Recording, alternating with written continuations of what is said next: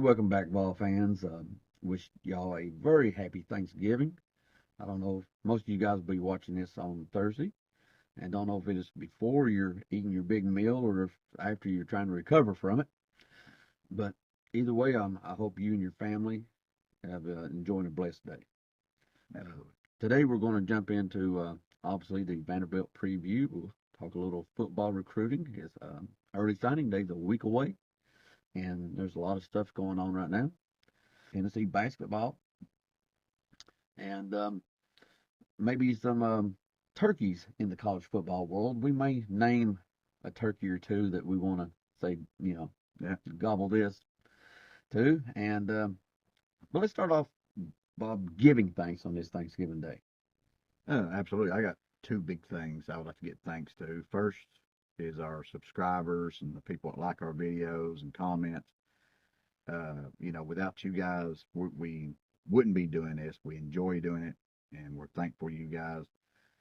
We're getting close to 1,000 subscribers, which is the threshold for starting to collect some money to recover for a payment for all the equipment we've bought and to try to put this thing on. So if you haven't subscribed, please do and hit that like button, notification bell. Uh, but also, we'll be thankful about something else, Tim. Uh, it's the UT athletic program and where it's at today. I mean,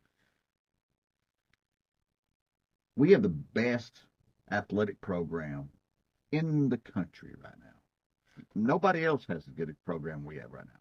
We're you start looking at big sports, the main ones. We ain't talking about tiddlywinks or you know Well, stuff like that. you always have Stanford or one of the Pac-12 schools or Pac-2, as the case may be, or Yeah, whatever it is now, that will have 25 more sports than most any team in the Southeastern Conference. right.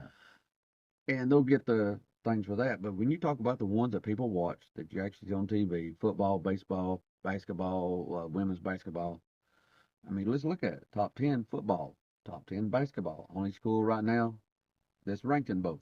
Right. National champions in baseball. Our women's program, undefeated currently, and recruiting is through the roof. Yep. It looks like that program is on its way back. Right. And considering that just a couple of days ago was the anniversary of Shiano's Sunday and, the debacle that was, and you would think that that would have been the low point, but we followed it up with Pruitt and his NCAA probation hijinks. And, we had Donnie Tyndall, who may have been a great coach, but his tenure lasted, I think a year before the NCAA come calling. And we had a lot of black eyes and a lot of disappointment. But I guess what I'm thankful for, Bob, is the fact that I can finally enjoy Tennessee sports. Share Tennessee sports, not enjoy, because I've done that even during the bad times, Yeah. but share it with my boys. Yeah. They grew up with crap, and Oh, they're absolutely. finally getting to enjoy winning. Yeah. Same thing with my son. He's 20, and you know, he pretty much his entire lifetime, I've had to tell him, hey, Tennessee used to be great at this. They used to be great at this. He didn't believe you, probably. No, he didn't. And he's suffered through his age through the social media times where he's or friends at school or something, whoever, the bandwagon friends he calls them, and now he's getting to reap some of the benefits Well, he of can all talk a this little winning. trash back Yeah, then. oh yeah, absolutely. He's on Yeah. there all the time. He's enjoying the banter. They're just not so much on there now. They're all them fans. They don't sing a whole lot anymore. But yeah, he's getting enjoying it. I'm glad. Yeah, it's great that they can enjoy it because Lord knows they haven't been. But now we can do it as a family. Yeah, So we give thanks for that and a really overall health of our family and our friends. yeah. So, but moving on from that now, let's jump into preview Vanderbilt. Surprisingly, uh, they've been they've had a couple of wins this year. Alabama state champs Yeah. beat Auburn and Alabama. Alabama's was one of the biggest upsets of the year. Mm-hmm. And here it is, last week of the year. We go to playoff if we beat them, Yep. and they are already going to a bowl, so they don't have to worry about that if they lose. Right. But we are their Super Bowl. Oh man, yeah, absolutely. If I was telling somebody the other day, this is kind of their playoff. I mean, they're not going to make it to the playoff, but this is as big as the playoff because they're going to get, they want to try to knock us out. I Mm-hmm. mean, so yeah, this is huge for them. It's almost as huge as it is for us. So, Yeah, because playoffs for us pretty much start to this weekend. right, We got to win. got to Win win. in advance. Win in advance. Yep. So, Bob, looking at them, everyone talks Pavia, but how's the overall team been in comparison to, as let's say, previous years?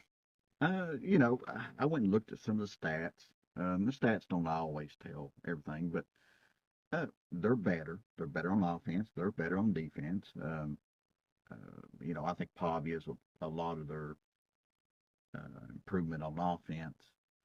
You're looking at this year's team, though, uh, they're not like lights out better, though. I mean, they're 14th in rushing offense, 14th in passing offense, 13th in scoring offense. Uh, Defensively, 8th against the rush, 13th against the pass, 12th on scoring defense. So they're not like fantastic. When you start looking at a lot of their like points forward and stuff, they're giving up more than they're doing. That's not where you want to be. Um, so they're better than what they have been. I thought those stats might be a little bit better. Probably the stat that they're the best at, though, is red zone offense. They're third in the conference at that. But when you start diving into these stats, Tim, there's a trend. A definitive trend. Yeah. Yes. As you might imagine, Vanderbilt and most ACC teams at the bottom of the ACC will have a pretty good start in 22. Yeah. But their depth is limited. And it appears Vanderbilt's been the same way, and it appears they're struggling. They're limping across the finish line. They appear to be, if I would have to guess, beaten up pretty badly. Mm-hmm. And Pavia is probably chief among those. Yeah, I think I agree with that completely. Looking at some of their stats, this is uh, dove into what was they doing in August and September, and then October, and then November. But for instance, rushing offense, 4.32. Then it drops down to 3.58 in October, and then dropped down to 3.49 in November. Passing, very similar.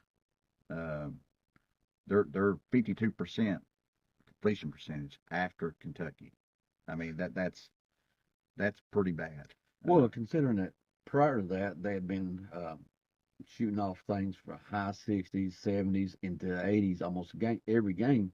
Yeah. And it looked to me like possibly, without going back and looking at watching the game, I'm guessing Pavia must have got hurt either at the end of the Kentucky game or maybe during the practice that week or at the beginning of Ball State, because he went from, uh, probably hitting up in the running around 70% or better for the first 4, 5, 6 games of the year to instantly one game later going down about 54%, and he stayed there the entire time since then.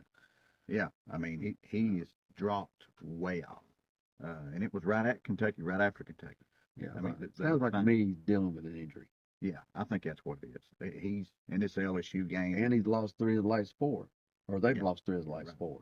Right. So it seems like they're limping across, and hopefully we can kick them in their bad knee or something and Right. finish it up and make them crawl across. And their defense, Tim, I think it's just not Pavia. Their defense is wearing down too. When you look at their defensive ratings, uh, they was giving up 61% completion percentage in August.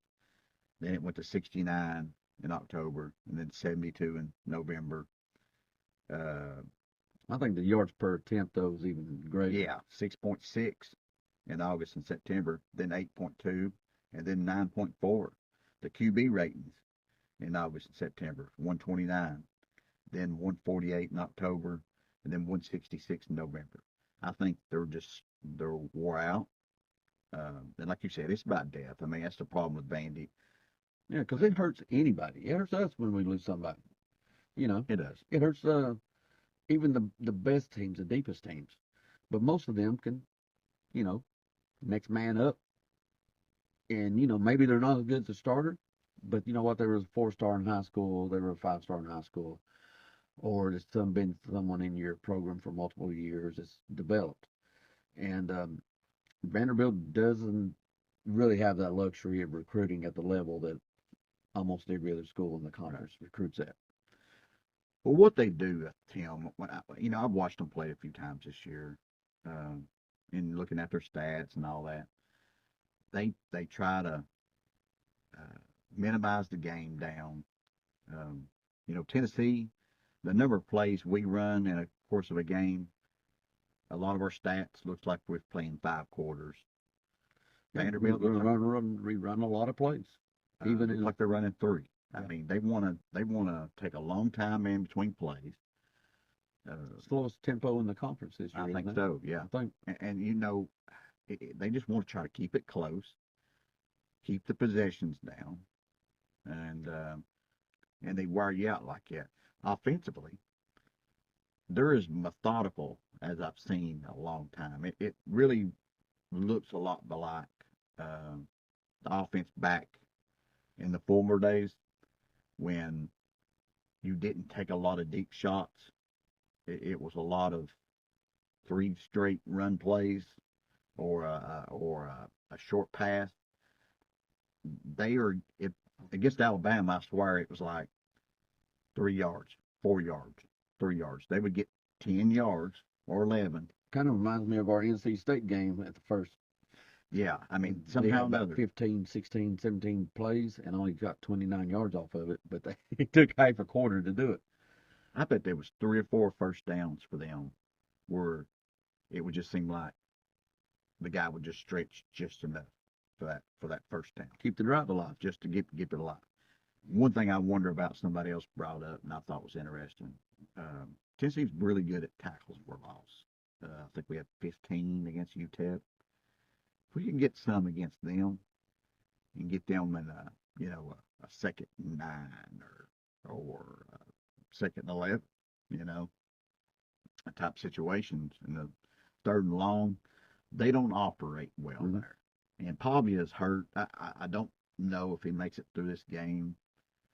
And I really, if he don't, another backup, I think his name Johnson, super fast kid, and they may even be better off playing him at some point because I think Pavia is seriously banged up enough that it's affected his play. Well, I'll tell you what, Bob, I really, before we kind of dove into some of the numbers, I was thinking a little bit closer game than what I am now. I Mm-hmm. was thinking about 13 points. Right. But as long as we don't start off as slowly as we have, if we can have some semblance of life on offense to start out in the first half of the game, I could see a 31-13 type of game. Yeah. I always try to look at these games as, the orange glasses and then the glasses half full type situation. What is the path to win? Mm-hmm. What is the path to lose? And unfortunately, there is a path to lose here because Well, I mean, hey, they've beaten Vanderbilt. I mean, they've beaten Alabama. They've yeah, beaten Auburn. They've beaten so many good teams that come so close to beating Texas. Uh, so they've had success, yeah, and success breeds success sometimes. So you're right. That path for me, if I like you're talking about Tennessee starting slow, you don't get a lot of possessions. mm-hmm. You may get, let's say, 3 or 4 in the first half. Let's say you start slow. You're at halftime. You ain't done squat. Second half, you start thinking about playoffs. Pressure. I mean, we got to win this thing. We got to score. We only know we only got 3 or 4 more possessions in the game. And Vanderbilt's not been given hurting their own selves. turnovers. They don't have a lot of penalties. They don't have a lot of turnovers. They don't beat themselves. So we're going to have to go out and do it. Yeah. And the longer it goes on close, the tighter the perpetrator. Yes, that's what I'm afraid of. We need to score early in the game. Like you said, if we score early, if we go up 10, 14 points, it could be a game that gets ugly. Mm-hmm. I mean, it could, because they don't have the type of the team to just charge back, and just start putting, drives together quickly. Well, I think mentally, if you jump on them after the, it could snowball. Yeah, because like I said, they have lost 3 of the last 4, and they know they've lost 3 of the last 4. Yeah, they know. So. Yeah, I totally agree. I think their path is to hope Tennessee starts slow on offense, which we do every week, seems like. So let's just hope that don't happen. We need at least 1 touchdown pretty early, and I feel much better about this game. Do you have a score prediction, Bob? Oh man,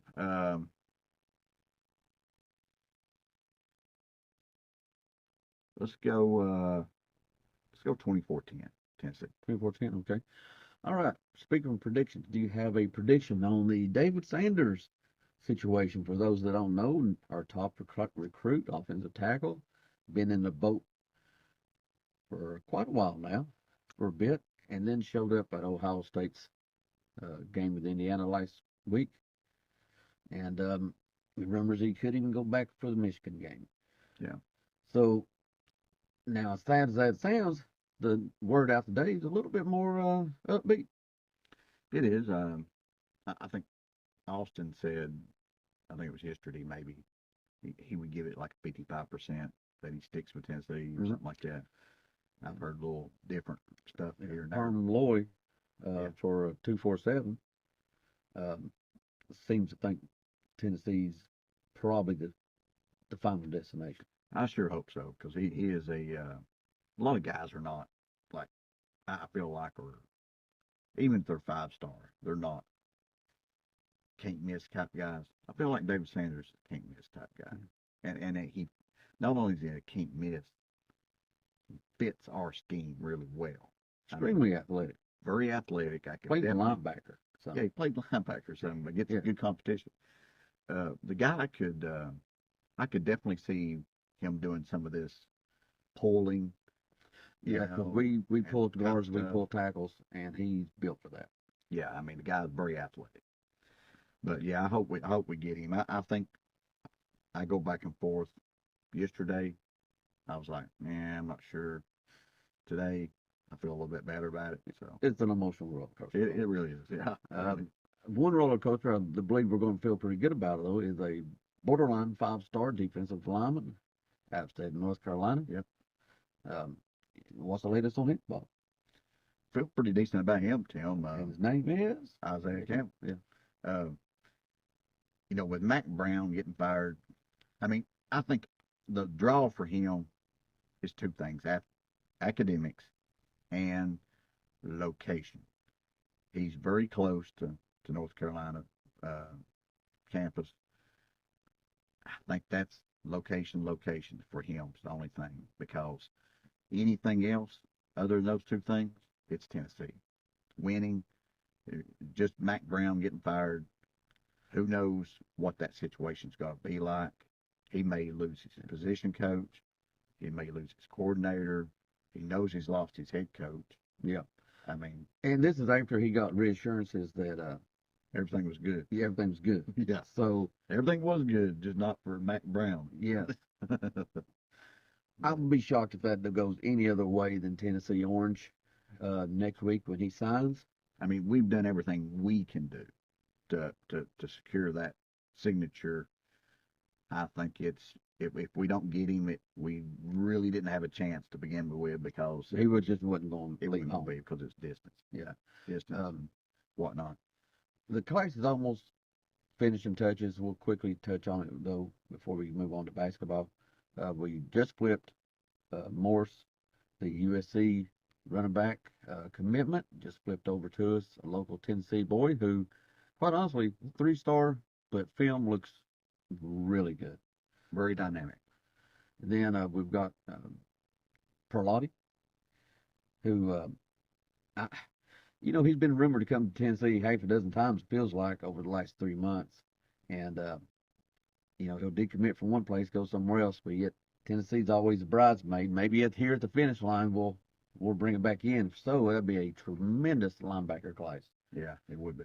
And who else we got, Bob? Still kind of dangling. I the think edges. gas is in. I think, I- you keep hearing, I think it's called, not really rumors, it's speculation. Mhm.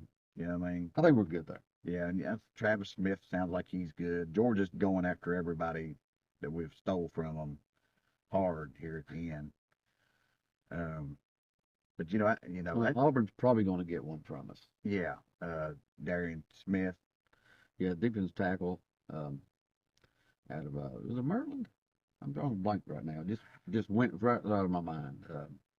You would ask me where he's Yeah, from. I'm thinking Baltimore, but That sounds right. I'm Uh, not 100% sure on that. yeah, I mean he's a nice player, but he probably going to take a little while before he can help out. Well, if we can get Campbell, I'll take that trade all day long. Yeah. Oh yeah, yeah. That's huge. There's this could be a really nice class if it just Yeah. finishes off good. And I think we're going to go a little harder in the portal than what you may have seen in the last year or two. Yeah. Especially in the interior on the D line and offensive line. There's rumors out there that Tennessee's one of the 3 or 4 schools that are going to attack the portal NIL wise. Yeah. Hope so. So, we got a good base for next season. It's just that offensive and defensive line, really. I mean, I think we'll be fine on offense and defense. A lot of the back end's back. I mean, I think we'll be really good next year as long as we're good in the line of scrimmage. Agreed. All right. From that line of scrimmage, let's talk about the front line maybe of the basketball team. Let's talk about basketball in general. We beat UT Martin today, which was not a surprise. Right. But this team right now, top 10, Bob, looking good. Rick Barnes just keeps replacing people with people, and man, he's got that program rolling. Oh, it's looking good, man. We're at number 7, I believe now, and I could see us jumping on up. Who knows? In Kent Palm, we might be as high as number 2. I wouldn't be shocked if we're not 3 or 4 pretty soon. I mean, next poll or something goes. Well, But, we've had a couple of losses. Other teams have lost since the last poll. there's been some good competition games here lately, which Auburn's playing really well. They made somebody's ahead of us. It may be Auburn, And Alabama beat Houston. right? Yeah. Yeah. So This it's going to be a tough conference here, but conference is really good. we're loaded. But at the end of the day, Tennessee be right there at the top. That's Somewhere right. at the top. Well, I guess that leaves us, Bob, unless I've forgotten something. Let's name a turkey. If you've got anybody in mind, just somebody that for either, it can be somebody just a long-term irritant to us, or maybe somebody's done something recently, or don't even have to stop at one. If you can't make a decision, Bob, give a couple of turkey gonna make. awards. Yeah. You can't name every single official that's ever stepped inside Neyland Stadium, okay? But if you want to name them as a group, you're more than welcome to. Right. I was thinking when you said that, I was trying to think of that one guy's name. I can't believe I can't think of his name now. The official for the Florida game back when Gaffney. I always remember his name. I can't remember it right now. Lama Matthews. Matthews is the last name. Is it? Yeah. Is the first He's name? got a weird name, like a llama or something like that. He was a Vanderbilt grad, by the way. Yeah. It's Matthews' last name. You're right. Bar Gaffney. Yeah. Non-catch. Yeah. They'll just hit his chest and roll down. Yeah. Yeah. His arms were already, by the way, almost fully extended by the time the football got to Gaffney. And that wasn't the only bad call that dude made that game. No, There was like 4 bad calls in that game, and if you go back and look at it, it's the same guy. Yeah. Same guy. Okay. He's number 1. He'll probably always be right up there toward my top of the list. I don't hold grudge. But You know, Kiffin. You know, I tell you what, some people this Indiana coach, what's his name? I believe this is turning more into a Festivus, but go ahead. Yeah, You're airing your grievances, Bob. I heard my grievances that. You're right about that. Yeah, it's a festival. Good thing we're feel like George taping this Costanza right here. today. We run out of time, but go ahead. Uh, yeah, yeah, that guy. He I'm really crazy about that guy, man. He kind of bothered me with his comments there the other day. But anyway, Okay, well, I'm gonna give you one right off the top of my head, uh, Bob. go ahead. Get Maybe a couple, and you can still think about some. Okay. One's Eli Drinkowitz. Yeah. You Yeah. know, this is a guy, man, for a couple of years now, just really gets under your skin so badly. Oh yeah. um, he'd win most any turkey award for me. I know this past weekend it looks like he was telling the defensive players for their other team to quit talking, or he was going to run up the score on them. You know, and he walked out to Heupel last year. He said, "Standing on business," but he kept walking pretty quick because Yeah. uh, he don't want none. Oh no. He looks like a high school math teacher that, and forgive me for any high school math teachers because I bet you could take them. Yeah. No. Yeah. Eli Dorkowitz. Yeah. Yeah. Well, Do you have another oh no. turkey real fast? I just couldn't remember that guy's name. It's a Kurt Cigarette from the Indiana's coach. Cincinnati. Yeah. Yeah. Cigarette. Yeah. I call him Cigarette. Yeah. Cigarette. Yeah. But because I think that Ohio State player, they seen him on the sideline putting like he put out a cigarette. And I think that was. Oh, I for don't know him. if he saw that. Okay. No, I didn't, but that's good. A honorable mention, and this is for long term, and that's going to be my personal opinion. They're the same person, and that is Greg Sankey and Mike Slide. I had a feeling you might say those because you never have really been high on those guys. No, I don't think they've done nearly the job uh, for the conference that Yeah. people think. And they both, I think, has They've been. great. I will say this: they have gifted this conference some national championships. Right. Because I call them conspiracy theorists, but I definitely believe that they've Slive started the thing where if you was in a playoff run, uh, you're not going to lose if the Yeah. refs can save you. Yeah. And we would get guys into the teams into the national championship playoff that quite honestly should have probably missed the playoffs, but somehow or another a miracle happened Yeah. a couple of 3 times a year to keep them undefeated.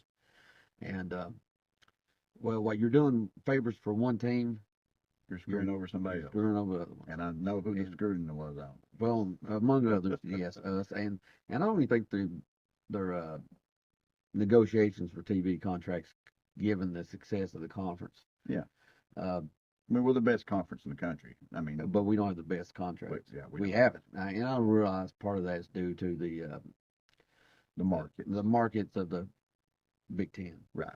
But even given that, I still don't think they negotiated from a position of strength. But anyway, that's called the turkeys I'm going to give. Okay. Well, Tim, appreciate you guys. Remember to like, subscribe, comment, hit that notification bell. Give us your turkey, even if it's us. Yeah. Bob. Bob. Right. Hope y'all guys have a great Thanksgiving. And look for our next video coming soon. Hopefully, it'll be about us being in the playoffs. In the playoffs. That's right. Go Big Orange.